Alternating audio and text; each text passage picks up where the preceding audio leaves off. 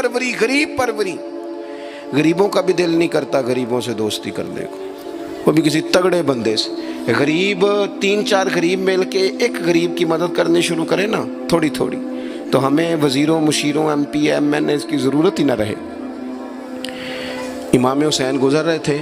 امام زین العابدین فرماتے ہیں کچھ لوگ زمین پہ بیٹھ کے روٹی کھا رہے تھے، تو انہوں نے امام صاحب سے کہا حضور آ جائیں. تو امام صاحب گھوڑے سے اترے، زمین پہ بیٹھ گئے، اور جب ان کے ساتھ روٹی کھائی تھوڑی سی، امام علی مقام اٹھنے لگے تو کہنے لگے حضور اور کھائیں. فرمانے لگے قسم بخدا ابھی کھا کے آیا تھا، اور کبھی روٹی کھا کے میں نے فوری طور پہ دوبارہ نہیں کھایا. بیٹھ اس لیے گیا ہوں کہ تمہارا دل نہ ٹوٹ جائے. دل بدستاور کے حج اکبر است. عزیز دوستو، غریب پروری، بہادری، اور سب سے بڑی بات یہ کہ قناعت پسندی، تھوڑے پہ گزارا. یہ جو ہم روز دکھ سناتے ہیں نا اپنے بیٹوں کے، بیٹیوں کے، پریشانیاں، آزمائیاں ہم نے طاری کر لی ہیں. میں اکثر کہتا ہوں کسی کی بیٹی اتنا کام نہیں کرتی اس کے ہاتھوں پہ چھالے پڑ جائیں، لیکن حضور کی بیٹی کرتی ہے. محبوب کی شہزادی یہ کام کرتی ہے کہ ہاتھوں پہ چھالے پڑ جائیں. نبی پاک صلی اللہ تعالیٰ علیہ وسلم کی شہزادی یہ کام کرتی تھی، ڈیوٹی کرتی تھی ذمہ داری سے. اور کنز المال میں وہ چمکتے دمکتے لفظ حدیث کے موجود ہیں کہ اونٹ کے بالوں کی بنی ہوئی چادر اوڑھ کے سیدہ فاطمہ چکی پیس رہی. محبوب نے دیکھا، آنکھوں میں آنسو بھی آئے. پتہ فرمایا کیا؟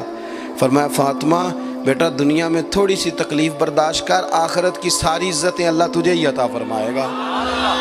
اپنے گھروں کے اندر یہ خوبصورت ماحول لائیں. اور پھر سب سے بڑی بات یہ تھی کہ ان کا جو رشتہ تھا نا مصلی کے ساتھ. سبحان اللہ. یہ اذان کس کی ہے؟ اذان ایک کا ہی جواب دینا ضروری ہوتا ہے جی. زیادہ اذانیں ہو رہی ہیں نا تو ایک کا ہی جواب دیا جاتا ہے. آپ توجہ کریں میری بات پر. عزیز دوستو، نبی پاک صلی اللہ بہت بڑی تگڑی ہے. او جناب وہ آج کل جو ہمارے نقیبے محفل ہوتے ہیں نا وہ تو کوئی صلی اللہ علیہ وسلم. ہمارے جو محفل کے اسٹیج سیکٹری ہوتے ہیں وہ تو کوئی 3-4 منٹ لگاتے ہیں جنت میں بھیجنے میں، پر نعت خواں تو 1.5 منٹ ہی لگاتا ہے. اندر تسی جلسہ کراؤ تو جنت تہاڈی.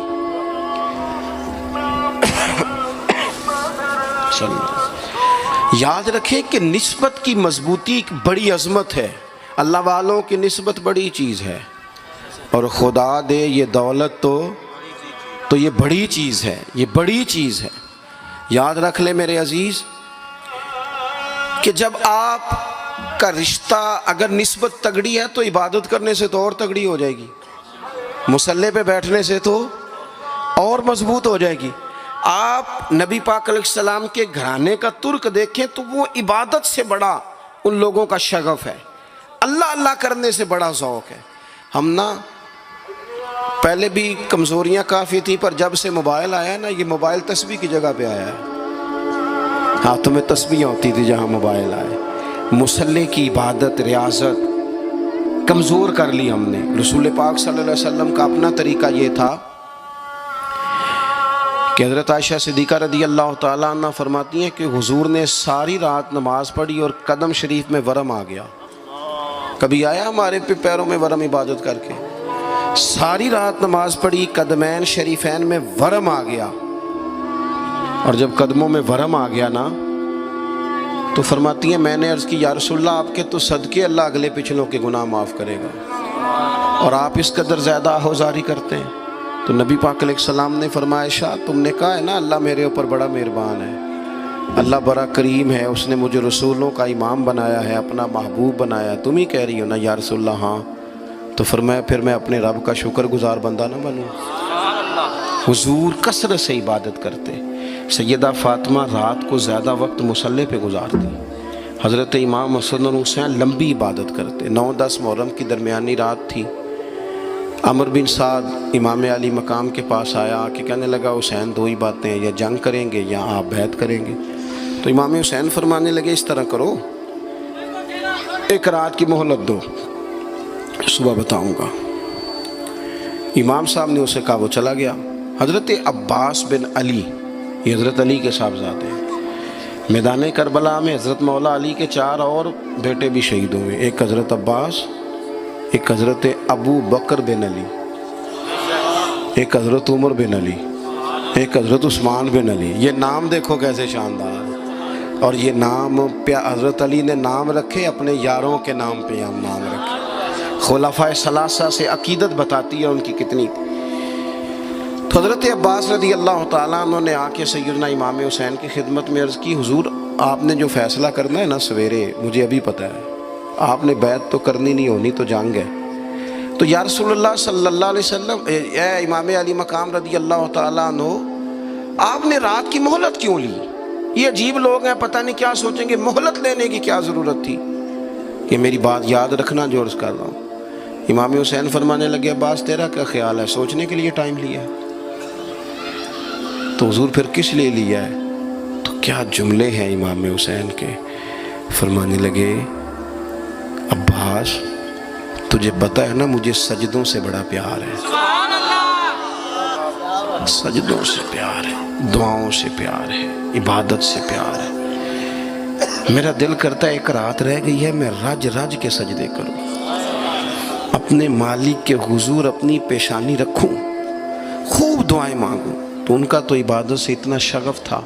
آخری بات سنیں، یزید تو ظاہری طور پر کلمہ بھی پڑھتا تھا، سارے کام کرتا تھا. امام حسین کیوں نکلے اس کے خلاف؟ اس لیے کہ فاسق و فاجر تھا، شرابی بدکار تھا. صحیح بتانا، صحیح. اس بندے کی جیب میں خود ڈھیر سارے گندے گانے ہوں، وہ امام حسین کے نام کی ایک دیگ پکا لے تو امام حسین خوش ہو جائیں گے؟ جو وہاں لڑکیوں کے اسکول کالج کے سامنے روز کھڑا ہو، وہ کہے کہ میں نے 6 نعرے پورے لگائے امام حسین کے نام کے، تو امام حسین خوش ہو جائیں گے؟ امام حسین کی کاز کیا ہے؟ وہ کہتے ہیں کہ ایسے لوگ جو فاسق و فاجر ہوں، اعلانیہ گناہ کرنے والے، وہ کبھی بھی عنان حکومت پہ آنے نہیں چاہیے. اور اگر ہم سپورٹر ووٹر ان لوگوں کے ہوں، ہم انہی لوگوں کے سپورٹر ووٹر ہوں جو ظالم ہیں، فاسق و فاجر ہیں، اور ہم بات کریں امام حسین کی، ہم سے نہ رقم ہوں گے قصید یزید کے. ہم لوگ تو حسین کے سیرت نگار ہیں. دورنگی چھوڑ کے یک رنگ ہو جا، سراسر موم ہو جا یا سنگ ہو جا، آپ کبھی کسی ظالم کے سپورٹر نہ بنے. کبھی بھی آپ کو پتہ چل گیا بندہ غلط ہے تو ڈٹنا سیکھیں، کھڑے ہونا سیکھیں. وَلَا تَحْسَبَنَّ اللَّهَ غَافِلًا عَمَّا يَعْمَلُ الظَّالِمُونَ. اللہ ظالموں کے کاموں سے بے خبر نہیں ہے. کبھی کسی ظالم کی سپورٹ نہ کریں، کبھی بھی. میرے نبی پاک علیہ السلام نے فرمایا، جس نے زمین کی ایک بالشت پر ظلم کیا نا، اللہ 7 زمینوں کا طوق بنا کے قیامت کے دن اس کے گلے میں ڈال دے گا. کبھی کسی ظالم کے ساتھ کھڑے نہ ہونا، کبھی بھی، ایک منٹ کے لیے. وہ ایک دفعہ ایران کا ایک بادشاہ تھا، تو اس نے سوچا کہ میں اپنے بیٹے کو نا گھوڑ سواری سکھا لی ہے، تیر اندازی سکھائی ہے، تو میں نا اسے دین بھی پڑھاؤں. اس نے ایک بزرگ عالم کا انتخاب کیا کہ میرے بیٹے کو آپ نا کتاب و سنت پڑھائیں. تو بچہ ایک زمانہ استاد کے پاس کئی سال جاتا رہا. جب اس کی تعلیم مکمل ہو گئی نا، تو ایک دن فارغ ہو گیا، جس طرح ہمارے ہاں چلیں آمین ہوتی ہے یا دستار ہوتی ہے، بچے کی تکمیل ہو گئی. ایک دن ویسے ہی استاد صاحب نے گھر بلایا، کہا پتر میرے پاس آؤ. بچہ چلا گیا تو استاد صاحب نے اندر سے کنڈی لگا لی اور بچے کو کافی سارے تھپڑ مارے، کھینچا، زد و کوب کیا، مارا. بچے نے گھر آ کے والد کو شکایت لگائی تو والد کہنے لگے، پتر تیرے استاد عالم فاضل بندے ہیں، ایسے بلا وجہ مارا، میری سمجھ میں نہیں آتا. ماں کو کہا تو اماں کہنے لگی، پتر تیرا باپ کہتا تو ٹھیک ہے، چلو حالات بدل گئے، زمانہ بیت گیا، وہ بادشاہ فوت ہو گیا، یہ بیٹا تخت پہ بیٹھا. اب وہ درد نہیں جاتا تھا اندر سے کہ استاد نے زیادتی کی میرے ساتھ. اس نے پہلا حکم یہ جاری کیا کہ میرے استاد کو بلاؤ. استاد بڑے بوڑھے ہو گئے تھے، ضعیف تھے، چھڑی پہ جھکے ہوئے. 2 بندے لے کے آئے، استاد جی کو کھڑا کیا، استقبال کیا، کرسی بھی دی. کہنے لگا، استاد جی ناراض نہ ہونا، میں بے اختیار تھا، آپ سے پوچھ نہیں سکا، آج میں نے پوچھنے کے لیے بلایا ہے، میرا قصور کیا تھا؟ استاد صاحب نے یوں آنکھیں کھولی، کہنے لگے، پتر یہ جو آج دن آیا نا، اسی دن کے لیے مارا تھا. یہ جو آج دن آیا ہے نا، اسی دن کے لیے تیری پٹائی کی تھی. کہا، استاد جی کیوں؟ کہنے لگے پتر کتنے کو سال ہو گئے مار کھائی کو؟ کہا کو 13-14 سال ہو گئے، بھولی تو نہیں نہ زیادتی؟ کہا جی بھولی نہیں۔ فرمانے لگے اس لیے تجھے مارا تھا کہ ایک نہ ایک دن تو نے باپ کی جگہ پہ بیٹھنا ہے، پتر خیال رکھنا اگر میں نے تیرے ساتھ کوئی زیادتی کی تھی تجھے 14 سال نہیں بھولی تو بھی کسی کے ساتھ نہ کر بیٹھنا، اسے قیامت تک نہیں بھولے گی، اور ایک عدالت صبح قیامت بھی لگے گی، پھر وہاں جواب دینا ہے ثم لتسألن یومئذ عن النعیم۔ جو تمہیں اقتدار کی نعمت ملی ہے اس کا خیال رکھنا، اللہ تعالیٰ حساب لے گا۔ میرے دوستو کبھی بھی ظالم، وہ امام مالک مسئلہ بیان کر رہے تھے، فرمایا ظالموں کا مددگار بھی